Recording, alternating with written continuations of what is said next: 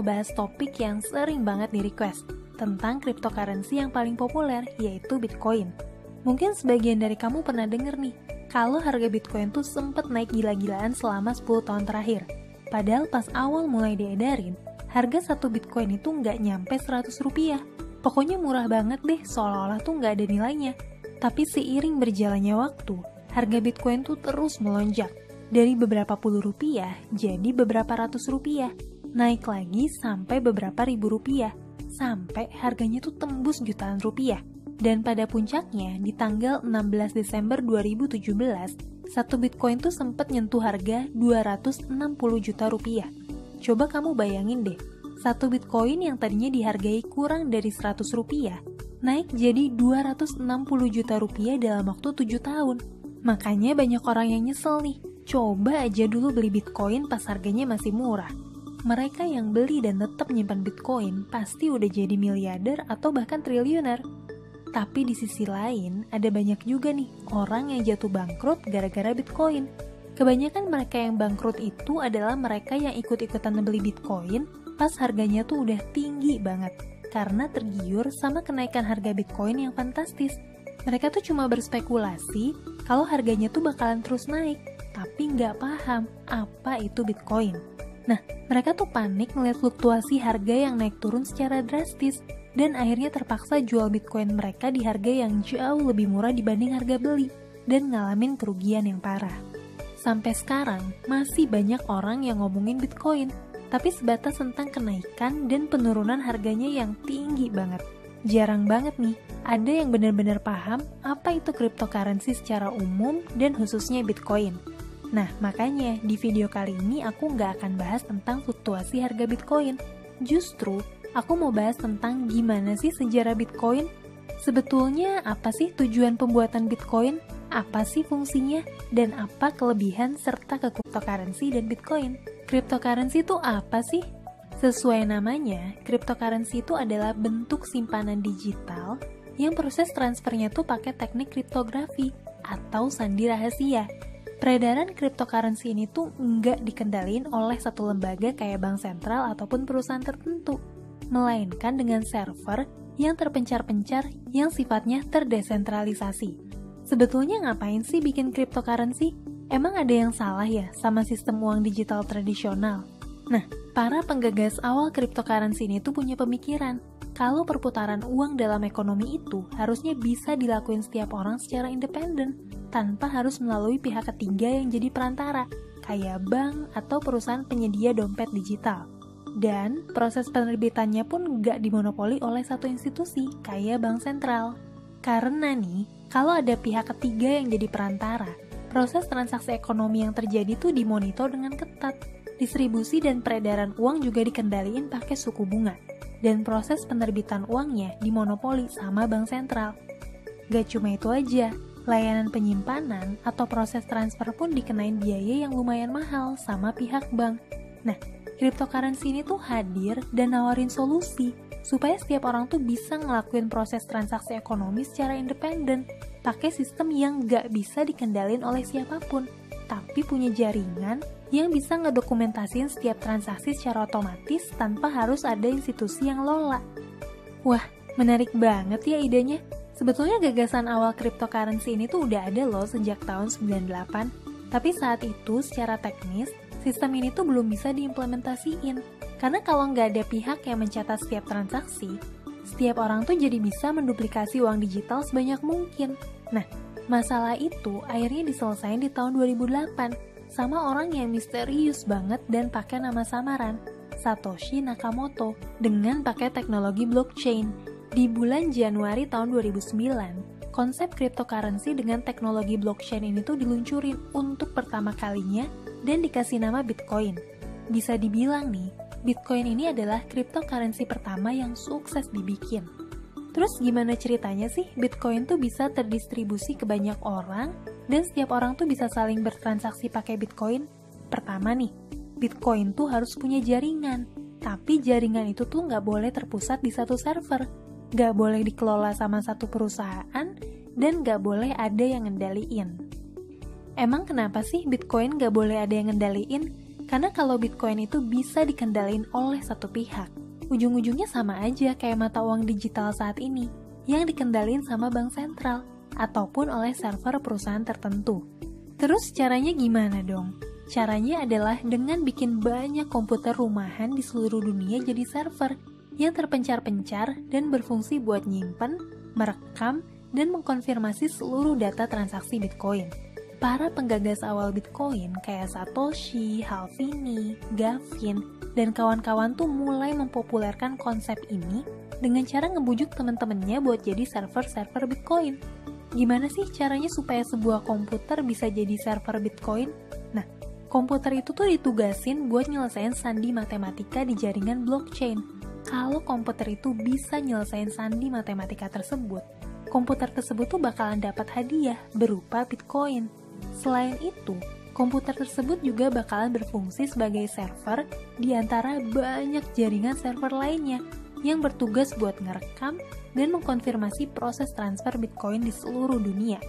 Itu sebabnya nih, kenapa jaringan itu dinamain blockchain. Dan orang-orang yang ngoperasin komputer itu sering disebut sebagai Bitcoin miners atau penambang Bitcoin.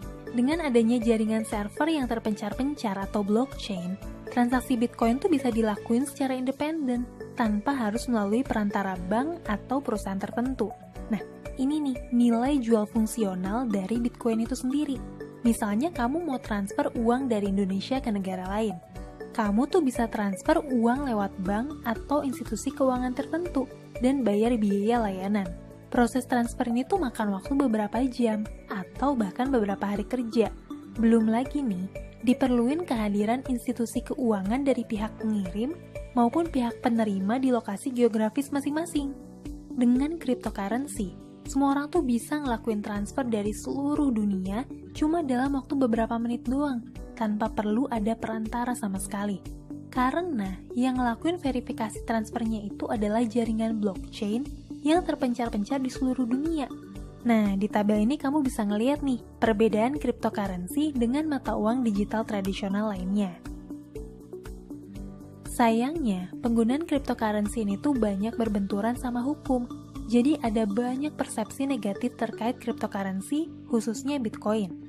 Di fase awal, Bitcoin tuh sempat populer dan dipakai sebagai mata uang dark web buat transaksi barang-barang ilegal, dan juga sebagai instrumen donasi ke Wikileaks, sebuah media yang nyebarin informasi rahasia pemerintah.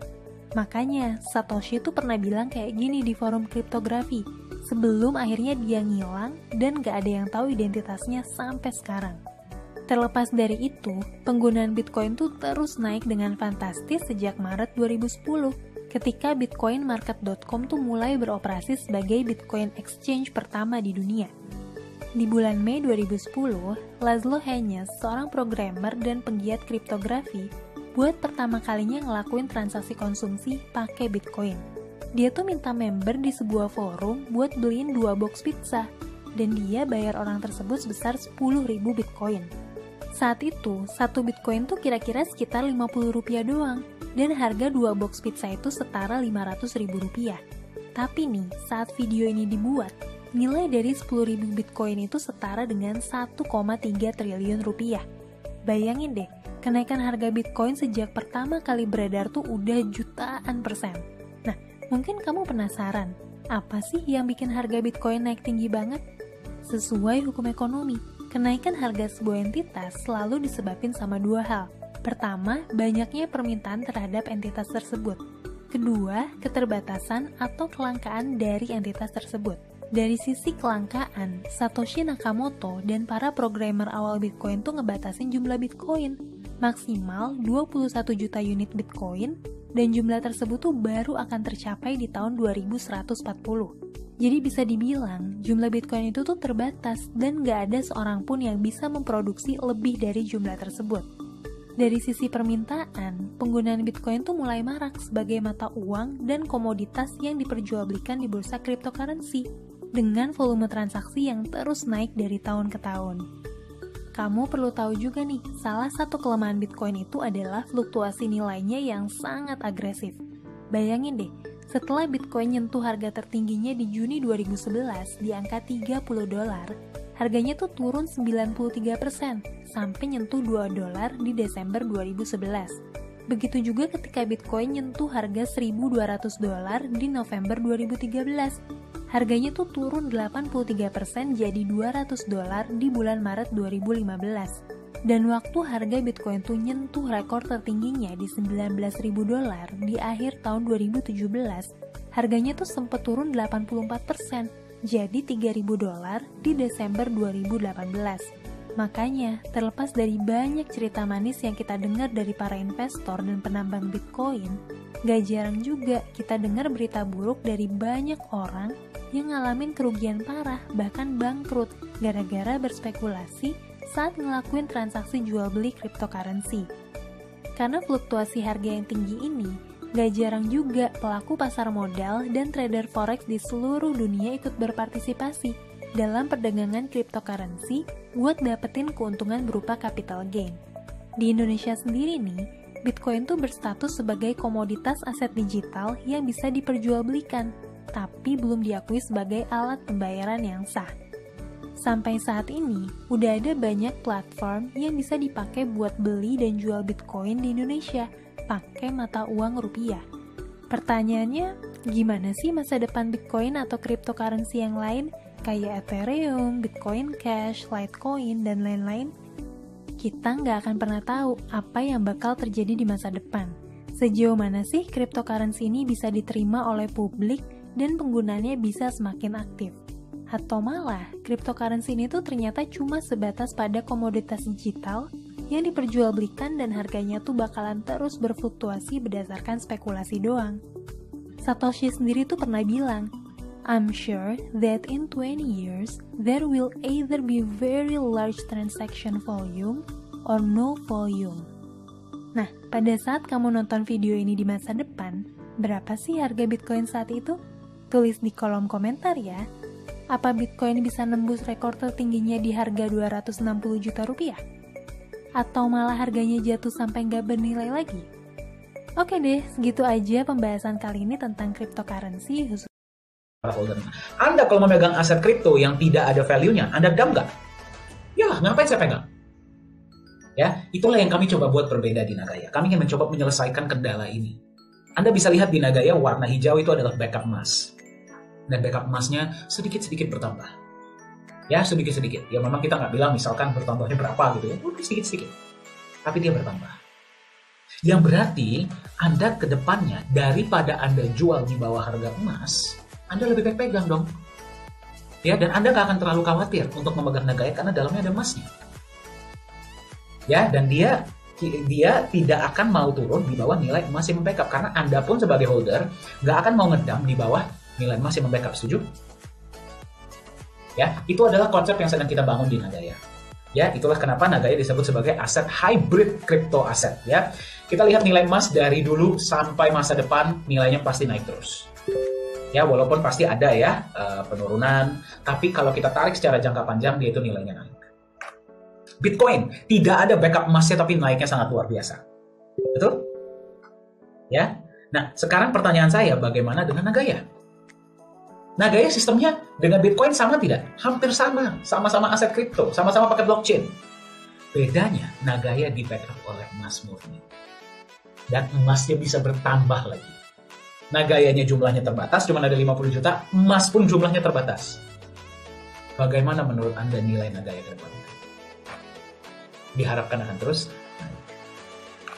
Per Anda menemukan video ini, harga Nagaya ada di 2,99 US dollar per Nagaya. Ya, dan di